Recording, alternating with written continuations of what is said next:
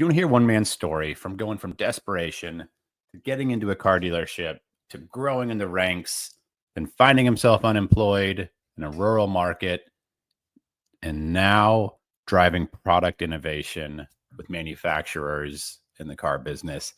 Really good story. Listen to this conversation with my friend Trent Cannon. I'm Andrew Street. This is Word on the Street. Enjoy. Trent, tell me what got you into the car business. Desperation.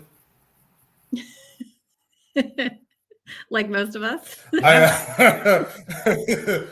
The recession hit. I was a director of marketing for a information firm. It's very, very small, like 5 people. And we went under. We worked with huge companies like Experian, Equifax, Dun & Bradstreet. And during the 2008, 2009 collapse, we went under into 2010. And then I went to a bank and that didn't go well. And then I went to a telecom company and they went bankrupt, a company called Clear. That didn't go well. And so I was just looking, I needed to, make some money at, 29, 30 years old. And I already had like a good career. And I ended up, got to mention a man named Jeff Johnson, who's passed away. A lot of people in Houston know him. Jeff Johnson was a recruiter in Texas, actually across the nation. And I went to interview at Joe Myers Ford, didn't get the job. There were 75 people at the time because nobody could find a job. 75 people were interviewing for 3 positions. And I ended up in the final 5, didn't get the job at Joe Myers. And as I was driving home, Jeff Johnson called me and said, hey, they need help at an Acura store. I think that's more befitting of somebody like you, which was, I appreciate Jeff. We remained friends until his death. So yeah, that's how I got in. It was by meeting Jeff and him taking a chance. Jeff seeing introduced the me potential. to John Eagle Acura, Eric King, and David Cochran, and Dwayne Flynn, and Gary McClellan. Who would all play a role in my later car life. Yep. In late 2010. And there was a bet, Ashley. There was a bet me and another guy started, and they bet that the other guy would make it through. They thought I was going to fail. They're like, this guy won't last. Well, Houston's weird. Houston's like give you fuel? Huh? Did that give you fuel to just? I didn't know about the bet until like 6 months after working there. I didn't know at the time that there was a bet. Then they told me, as you become one of the guys, they're like, oh yeah, we had a bet. We thought that guy was going to beat you because he was like a former Marine. He was a big white guy, bald head. Like he would look like, something. I was like, I thought he was going to be better than me too. And he lasted like 3 weeks, That pavement is hot in Houston. That pavement is hot. Yeah, and when the price of oil is low, Houston has a lot of people looking for jobs. It's a different market than most markets. Yep. And it sounds like it sounds like you had some people who believed that helped springboard you into the industry, feet first. Did you have a manager that was particularly impactful that you can think of? Oh. So many sales managers. David Cochran, one of the best sales managers I've known, was very instrumental in my career. That's probably number one of managers. GMs would be different, but of managers, I'd say David was probably the most instrumental in my growth. And then you were selling cars.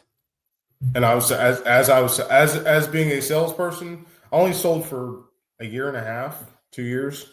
But as being a salesperson, I'd say he was one of the best closers I've ever met. One of the best closers I've ever met with David Cochran. Was there a moment, was there a most memorable car that you sold? Like a most memorable transaction with the customer? Oh, A lot of them. Most memorable transaction. Yes. It was twins, two twins. The Scott family at Russell and Smith Honda. Tanya Scott, still friends to this day. Tanya Scott, lovely. I mean, very successful black woman, black family. These are some of my favorite people. But the twins, she has two twins. They came in to buy two cars. They came and bought two cars at the same time. One's a boy, one's a girl. And one of the cars we sold them, it was a stick shift, and the clutch went out. And there's a side story to this I won't go all into, but essentially the manager came out to try to fix it, and she did not like him at all. It did not go well at all. and David Cochran, who was the used car director, said, "Can you go talk to this lady and try to see if you can fix it?" And and I did. It was like, okay, we need to just take the car back and we need to get her another car. They ended up buying two Accords for the kids instead of the used car. But she said to me, that first guy they brought out was your manager?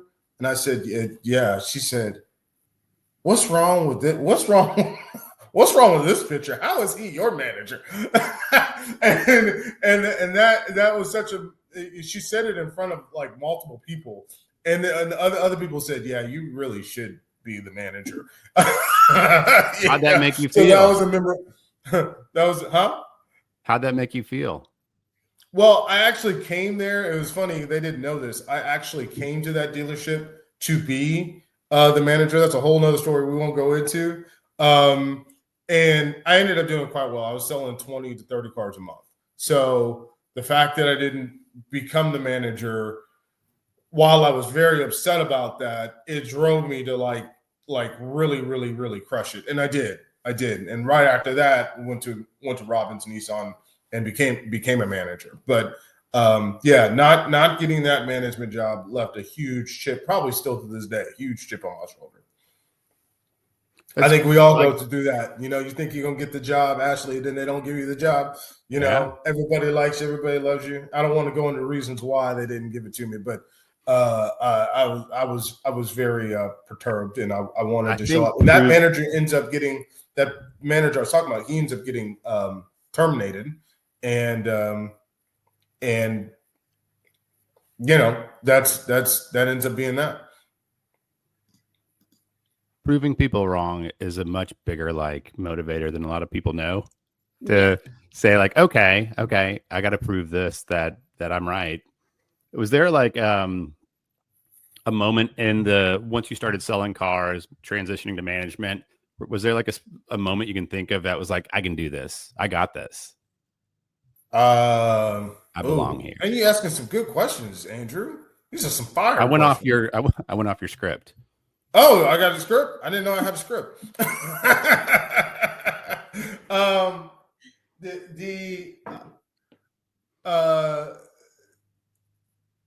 A moment that I knew I had. You know what? I was meeting with Michelle Malesio Taylor, who of Auto Trader. At the time, she's now vice president for UVI. And there's a person that's been instrumental in my career as well. And she came in and she had, her numbers from Auto Trader, right? But I already had my numbers from my internal numbers, and I was ready for it. Because when I tell you, I say she comes with fire, she came with fire. And I was able to I don't remember what she was saying. I wasn't trying to counteract what her saying, but I just wanted to make sure that I had my numbers ready, right? Because when you go into the general manager's office and the vendor's saying one thing and you're saying another, it doesn't go well. And we got on the same page, right? And we went into the general manager's office. And when we came out, she says, You're smarter than you look. I was like, okay, all right, so I'm gonna be okay. But yeah, that was probably it. Have your numbers ready. Yeah, and have like it's transformational to have like an aha moment of like, I belong here. Yeah, this is my place. Do you have like a really strong mentor that was helping you learn? Because going from sales to management's a big transition. Ooh. I've had so many. And not, mentors is a bad word for me because can't say that there's been somebody like guiding me along the whole thing. Michelle Melissa Taylor. You want to talk about been instrumental? Yes. A guy named Charles Thornton, formerly of Nissan, I was an internet director, and he pulled me into the OEM at Nissan. He's now with Mazda. But as you know what, one of the best ones I've had, George Suggs of Clay Cooley.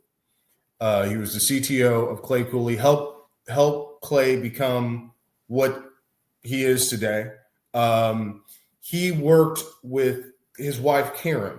And when I talk about wonderful people, I'm talking about wonderful, salt of the earth people. They worked like here to there, right? Like across the room from each other every single day. They started when Clay had 2 dealerships. They built him up to the 12 or 15 that he had in a short amount of time. And he is the one who I was with Nissan OEM, had a great job. And he's the one who called me and said, I'm going to retire soon. And I would, I know Clay has called you about, coming over here and taking things over. But I just want you to know, I'm the one who told him to call, and there's nobody else other than you that you were the first person that I thought of that should be able to take on this challenge. And it's just coming from, first of all, I got to tell you, in Dallas, Texas, right? In Texas, period, for I'm just going to say it, for a white person, older white man, to call a young black kid and tell him to take on his life's work, I'm getting teary-eyed. That in itself was that's something I will always remember. And then helped guide me, didn't just throw it at me, like constant calls every single day. Hey, did you look at this? Hey, did you look at that? Still stuff I use today. How did you start? How did you start the day? How did you finish your day? Do you know where everybody's at? Because you're managing multiple stores, multiple internet directors, a lot of number. You're managing millions of dollars. And his mentorship, I can't forget. But then there's other guys. Joe Garcia of Tom Peacock Nissan, general manager over there, absolutely instrumental in my career. His mentor, Randy Faust, at IPAC, who had a lot of time, chance to spend a lot of time. Randy Faust, when you want to talk about one of the best pure car guys, not on social media getting a whole bunch of hoopla, but best pure car guys, came out of David McDavid in Asbury. Randy Faust is at top notch. He's like Bill Parcells. If you look at the coaching tree that he's got down with like Joe Garcia and BJ Banamar and all these other guys down the line.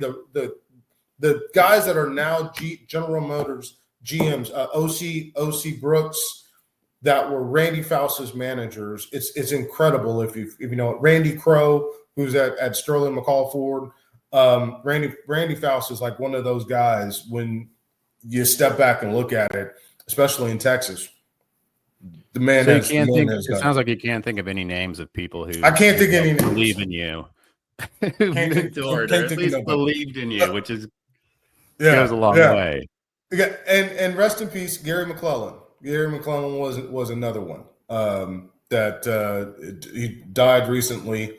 But but he was the corporate GM for Finnegan. He and just really gave me opportunities before anybody else was. So that I got to mention his name too. Go ahead. It sounds like you've worn a lot of hats on the dealership side. Where's the grass the greenest? Like, what was your favorite role? Internet director. Why? And the role I'm in now, I work for an undisclosed company. You're more on the manufacturer side. You ever work on the vendor side? Yeah. No, never been on the vendor side. It's the best. Yeah. I don't know. They're all different, but they all work together. So tell me why internet the role director? I'm in now, in product. The role I'm in now with innovation and as a product development is awesome. I love it. It's probably been my favorite role. But inside the retail dealership, the internet director, because I was at the forefront before we were the cool guys. We're still not cool. We're still the nerds of the dealership. Okay, Rob Malinowski. Rob Malinowski, you know what I'm talking about. Ashley Cavazos, you know what I'm talking about. Shout out to my internet directors out there that are now national speakers doing big things. But yeah, we were used to be like, I know a guy at Bert Ogden. The only reason he became the internet director is because he knew how to use email. I mean, it's like 2008. Oh, email. I use CRM. Okay, you be internet director. Like that's how things used to be. But to see where that position has gone from 2013, 2014 to now essentially controlling the store. I mean, it's the scorekeeper for the store. It has to do with the marketing, and the different people have different titles: BDC director, internet director. But I'm talking about internet directors that have both marketing and store responsibilities. That's the position. So that, and then being corporate marketing director, there's probably nothing more fun in a dealership. Nothing more fun. I remember like 2013-ish. The marketing directors oftentimes were like, "You're the guy." They grab the IT kind of person and be like, "Computers, can you oversee our digital marketing too?" And they're like, "I just set up when I'd meet them, they'd be like, I just would set up the DMS for the new, and help set up computers for the new employees." And I'm like, okay, let me try to help you look good to your boss. Let me help you just get some foundational stuff with analytics and stuff. Ashley just sneezed and tried to play it off. Play it off, Ashley. Act like you sneezed. No, she's a pro. She hit mute. Smooth, right? Ashley, were you ever in the internet department? Huh? Ashley was at a dealership for over 20 years with. Yeah. I started in BDC, like handling leads at night because I was going to college during the day. So I would work off hours and respond to leads at night, and then started helping with email campaigns and updating like website specials and all those things. And then when Facebook came around, they were like, there's this thing called Facebook and we don't really understand it. Do you want to do it?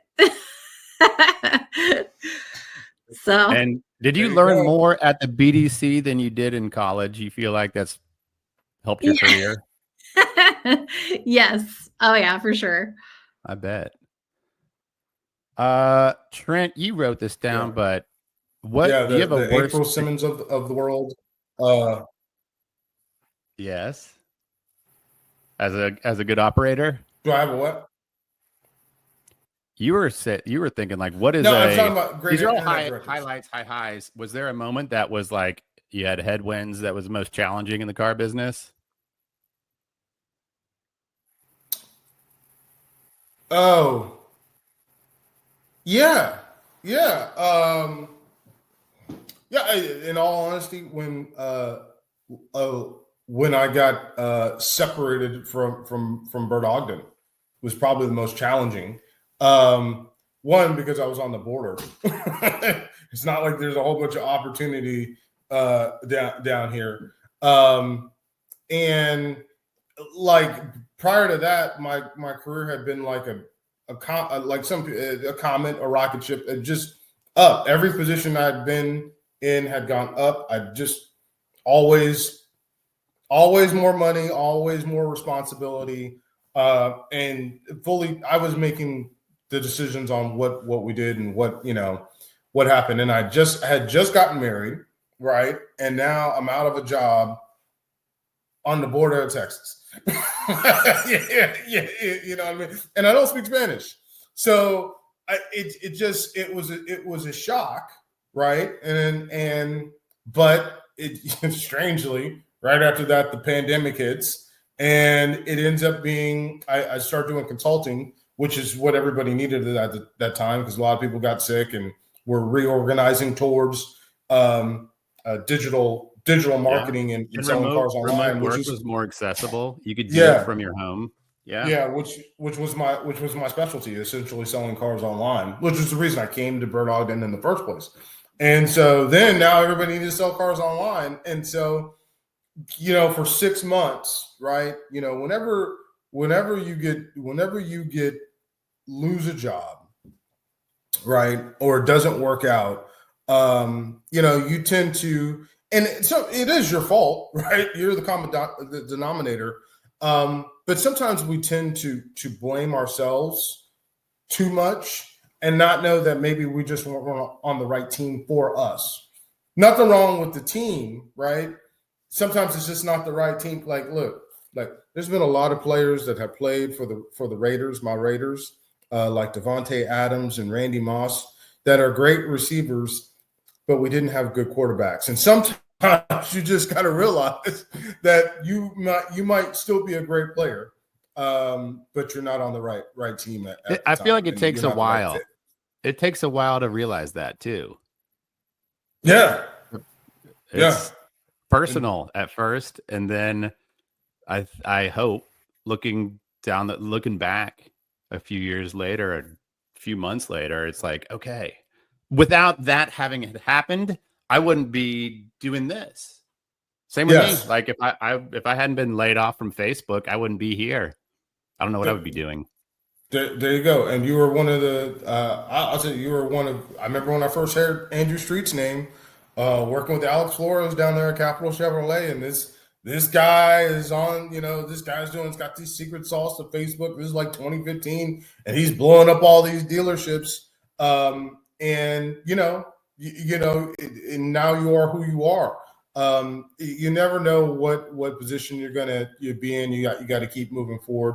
I will say this though, and because I was talking with David Long, Brian Kramer, Kevin Deutsch, Thomas Isertano, and Shane Wood, all these guys on All Things Car Biz, the clubhouse call in the morning. We have this going back and forth. There is nothing more important than marketing. Right? You can do all the sales training in the world, right? If the marketing is not together, nobody comes into the store, right? And with AI and where things were moving, that's what the call was about this morning. Where AI and things are moving, I hate to say it, but human interaction is becoming less important. And it's the marketing drivers like social media, like TikTok, like Facebook, the things that you have to be an expert on to be great. You are one of the people who've made those people great. But I don't care. You can do all the sales training in the world. If ain't no customers in the store, it don't matter. Last question. I got to go. What's the last one? Do you have a funniest moment in the car business? Funniest moment? Oh man, I got a lot of. I don't know if I can't tell them. I got a lot of funny moments. Because I've spent time I wish I could tell them. Dealership, and people have fun. And people get a lot of steps too. What I've noticed is I'd go help dealers make content. One of the questions I'd ask a lot of the staff is like, how many steps are you at today? And they're like 17,000. I'm like, it's not even lunch. And you've got 17,000 steps. Like I have to put in a lot of effort to get steps. Like I get 300 steps if I don't put effort into it. So I'd walk a lot at the dealership, but when you're not at a dealership, you're kind of flat footed. But while I'm there, I can see everyone has energy. There's a lot of energy in so many of these stores and the parts departments, and everybody's got a cool culture. Yeah. I just wonder if there's something that stood out as this is a funny environment. There are moments that stand out, but for legal reasons, because a lot of these people are still working. Well, Trent, you know, how do I can't. I wish I have to come back because we'll do I that? can't think Do of it one in that's your appropriate. memoir someday when you're writing. Yeah. When you're sitting on your ranch and writing your book, you could do a tell all. I'll tell you one of my. I tell you this is before I got into the car business. But you're talking about mentors. One of my other mentors was a man named Mattress Mac, Jim McInville,